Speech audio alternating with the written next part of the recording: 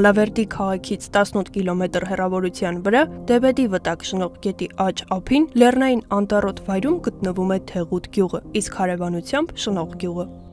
Թեղուտ գյուղը 20-րդ դարի սկզբին հիմնադրել են հարևան շնողի բնակիչները։ Գյուղի անունը կապված է ներկայիս գյուղի կենտրոնական մասում գտնվող հին Թեղուտի հետ, որը թալանվել եւ ավերվել է 18-րդ դարում լեզգիների ավերիչ արշավանքների հետևանքով։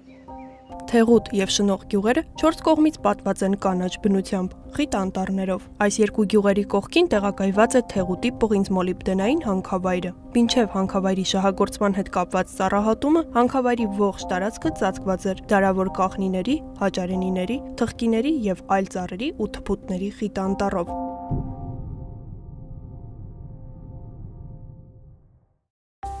Մեր ուղին միակն է դբալավը։ Տնտեսությունը զարգացնելու համար էս ենք օգտագործել։ Մենք ասել ենք մեր խնդիրը ծառը չի մենակ։ Խնդիրը էկոլոգիան է, բնությունն է ամբողջը։ Մեկ ասում են, հիմա հանքը բացեցիք մեղուները կորչելու են։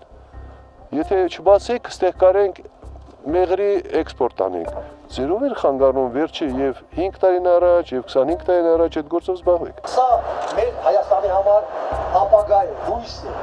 Ոչ թե մեր պետության, այլ մեր հենց տեղացի ժողովրդի համար։ Այն հողը, որին իրանք կպած են, որով պապերով իրանք դա եկել է, փոխանցվել է, այլևս անպիտան է լինելու ապրելու համար։ Տպավորիչ է։ Մի բան է կաբինետում դու ես ամեն ինչը թվերով տեսնես, մի ուրիշ բան է իրականությունը քո աչքով տեսնես ու պատկերացնում ես, թե վաղվա օրը ոնց է լինելու այսքան աշխատող մարդկանց համար։ 2017-ին հանքի գործունեությունը դադարեցվեց։ Գյուղացիների մեծ մասը աշխատում էր հանքավայրում։ Նրանք զրկվել են աշխատանքից։ Մեզ խոստացել էին, որ 50 տարի շահագործելու են այս հանքերը եւ մենք աշխատանք ենք ունենալու 50 տարի։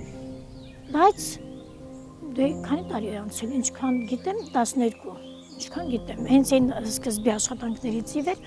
12 տարի է անցել, արդեն ամբողջ գյուղը զրկվել է ամեն ինչից։ Ըստ հրապարակումների Դանիայի արտահանումների վարկավորման գործակալությունը դադարեցրել էր Valex խմբի շուրջ $62 միլիոն վարկավորումը։ Դրան հետևեց հանքի 1200 աշխատակիցների կրճատումը։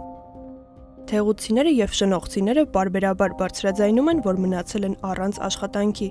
Վերջերս բողոքի ցույց էին կազմակերպել հանք տանող ճանապարհի վրա։ Կեղտոտ օդը շնչել ենք ու հանդուրժել ենք նրա համար, որ մենք աշխատենք։ Մենք հանդուրժել չենք նրա համար, որ իրանք կանաշխատենք, մենք էլ մատներներս ծծելով պետք գանք։ Եթե կրճատումներ էին կատարում,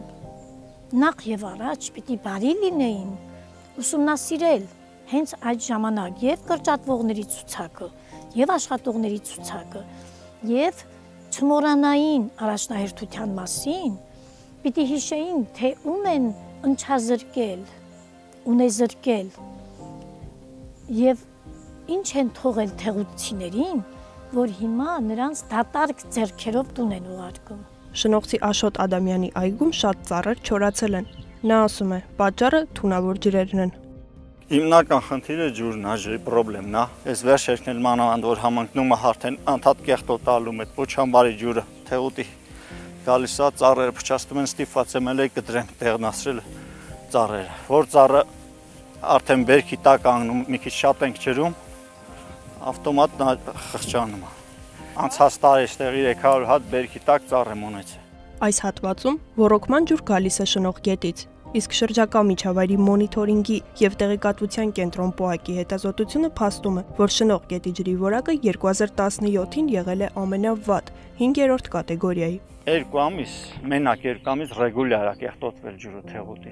Ամեն օր գնացել ենք բողոք է, նկարը եկե։ Տեղանելու իշխանել բաշխա, ասին որտեղ ուզում եք բողոք եք։ Մենք ձեզ հատուցելու ենք, ոչ էլ կտրելու հնարավորություն ունենք։ Այս տարիա որ բան չեմ ցանել։ Միշտ բարոնք, պամիդոր ամեն ինչ ցանում ենք, այս կարտոշկեք նույնն հիմա։ Բայց երբ որ հանքեր աշխատում էր, անձրևը հենց գալիս էր ոնց որ կիսլատան թափի։ Օդներ էր այնքան կեղտոտ, որ բիկաթիլ անձրևից լրիվ չորանում էր։ 2018-ի հունվարից, երբ դադարեցվեց հանքի գործունեությունը, ջուրը կարծես մաքրվել է։ Ամեն դեպքում անցած տարվա հոտն ու կեղտը չի երևում։ Այդ տենց կարամ ասեմ։ Այսինքն անցած տարի եթե համ գազի հոտից են կեղտում, համ ջուրը ինքը պղտոր էր, երևում էր, որ հենց չամբարի կեղտն էր։ Այս տարի մաքուր է, ամեն դեպքում զուգ է երևացել, արդեն զուգ են բռնում։ Տենց արդեն ենթադրում եմ, որ մաքուր է, տենց կարանք ասել։ Մի քանի անգամ փորձեցինք հանքը շահագործող ընկերությունից Վալեքսից թույլտվություն ստանալ նկարահանումներ իրականացնել հանքավայրի ներսում, սակայն նրանք տարբեր պատճառաբանություններով թույլ չտվեցին։ Շնողցիներն ուղեկցում են այն հատված, որտեղից պարզ երևում է պոչամբարը։ Այդտեղ են եղել նախկինում գյուղացիներին պատկանող հողերը։ Ահագին տարածքներ եմ ես գնել, բանասնաշենքեր եմ գնել, կառուցել, Վրաստան բիզնեսով զբաղվում նաև, իմ տղեկն էլ ստե են տիրություն անում։ Անդիջ փող աշխատում է, հիմա պես բերում է դնում ստե։ Եկան գերակաշահի ուժով, իրանք որոշեցին ինչ պետք է տան։ Օրինակ շատ հետաքրքիր էր, գրած էր ջրագից, բայց չգրանցած։ Թե որտե պետք է գրանցե, ես չգիտեմ, ջրագից ես եմ սարքել։ Անաստագում չգրանցած։ Հետո հստակումը իմ տարածքում ես եմ սարքել։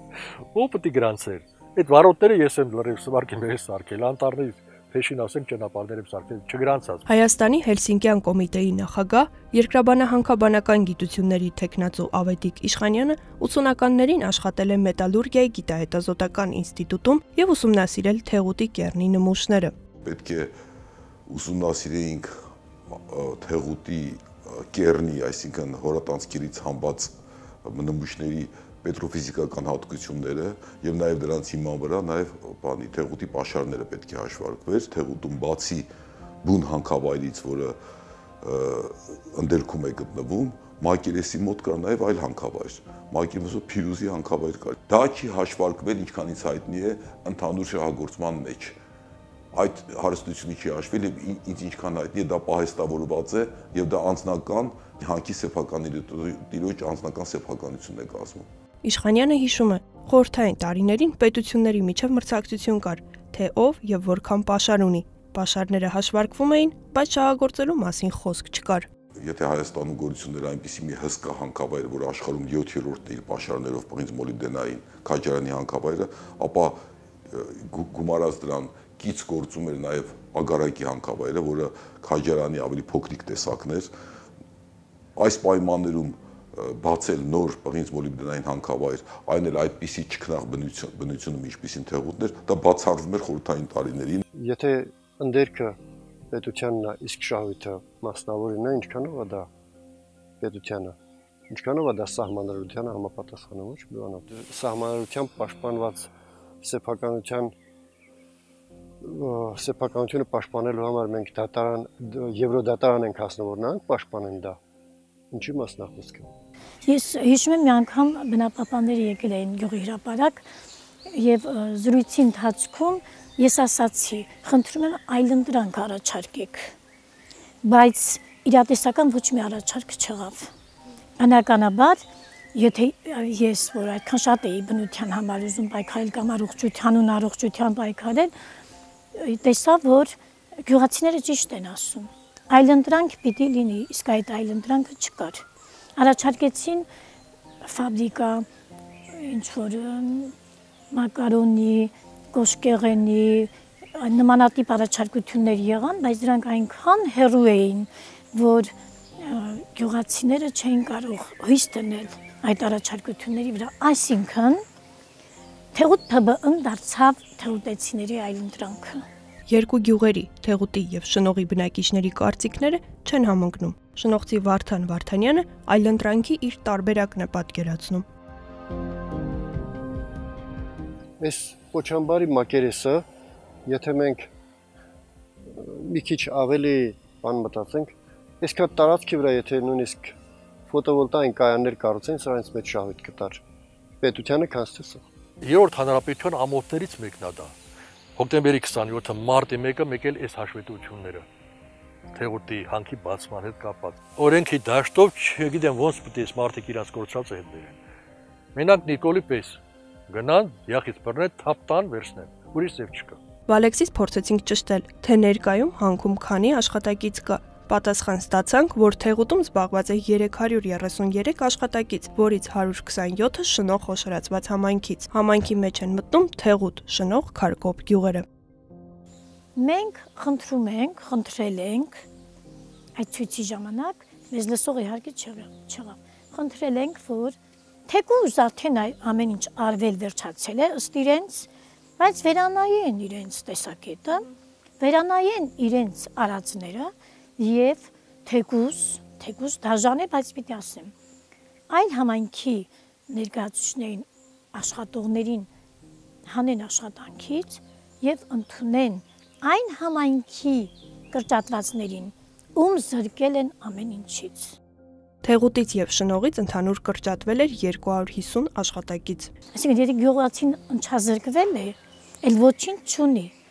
Երբ զրկվել է եւ արոտավայրից, եւ խոթարքից, եւ այգուց, եւ բանջարանոցից ամեն ինչից զրկվել է, դրանից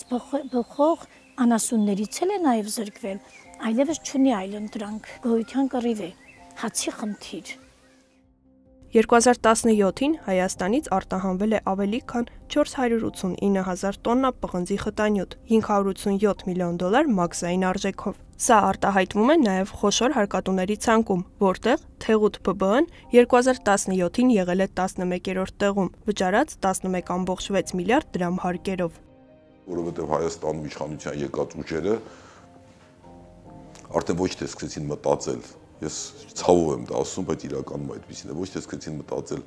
արդեն Հայաստանի որպես պետության զարգացման մասին, որպես պետության ապագա սերունդներին ինչ-որ բաներ թողնելու հետ կապված, ոչ թե սկսեցին մտածել բնությունը պահպանելու մասին, այդ չքնաղ բնությունը, որ ես զարմանում եմ, որ ոնց ձեռները գնաց այդ թեղուտը բացելու, այլ զուտ սեփական գրպանի մասին։ Դեռ 5 ամիս առաջ էկոլոգիական իրավունք հասարակական կազմակերպությունը ներկայացնող, այժմ արդեն բնապահպանության եւ ընդերքի տեսչական մարմնի ղեկավար Արթուր Գրիգորյանը նախկինում մի շարք խախտումների մասին էր ահազանգում։ Ոչինչ չի փոխվել, որովհետև չեն փոխվել հիմքերը։ Ես արդեն լրիվ ազատ եմ օրենքի շրջանակներում ստուգումներ իրականացնել, ուսումնասիրություններ իրականացնել, ստեղծել աշխատանքային խմբեր, մասնագիտական խմբեր, ներգրավել քաղաքացիական հասարակությանը, մեդիային, դա անել առավելագույնս թափանցիկ եւ բոլոր խնդիրները, որոնք որ կան, դիագնոստիկ շրջանակներում ուսումնասիրել, պարզել ինչ խնդիրներ կան, որ հասկանանք, թե դրա հիման վրա ինչ քայլեր պետք է իրականացնել։ Civilnet-ի հարցմանն ի պատասխան Վալեքսն առաջին անգամ նշել է, թե որն էր հանքի շահագործման դադարեցման իրական պատճառը, այն է Պոչամբարի տեխնիկական անվտանգությունը։ Մինչ այս ընկերությունը հայտարարում էր, որ Վալեքսը ձեռնպահ է մնում ներկա ծավալներով հանքավայրի շահագործումից ու համապատասխան արտադրանք թողարկելուց։ Հիմա մեր խնդիրն է օրենքով սահմանված կարգով իրականացնել ուսումնասիրություններ, բարձելու համար, թե դա ինչ է իրանից ներկայացնում եւ արդյոք դա այնպիսի խնդիր է, որը համատեղելի է հանքավայրի հաջորդի գործունեության հետ։ Եթե համատեղելի չէ, ինչ քայլեր պետք է իրականացվեն առաջացած գլոբալ խնդիրը կարգավորելու համար։ Ի վերջո, ինչպես կարելի է լուծել Թեղուտի հանքի հարցը։ Օրինակ, Վալեքսը նշում է, որ ընկերությունը ներգրավել է տեղական եւ միջազգային մի շարք հեղինակավոր կազմակերպությունների ծավալուն եւ գիտահետազոտական եւ ճարտարագիտական աշխատանքներ կատարելու եւ ընկերությանը գործնական լուծումներ տալու համար։ Ավետիք Իշխանյանի պատկերացմամբ կա երկու տարբերակ։ Մեկը ոչ թե բաց հանք շահագործել, այլ փակ շահագործել, որը ավելի թանկ կնստի շահագործողի վրա, բնությունը այդպես չէր ավերվի։ Եվ երկրորդը, որ ոչ թե շահագործումը լիներ այդ հին մեթոդներով, այդ հարստացման քիմիական մեթոդներով, այլ հիմա մոռացել եմ անուն ինչպես էր, ջրի մղման, որը ուժեղ ջրի մղումով թասերի մեջ քայքայում է ապարը եւ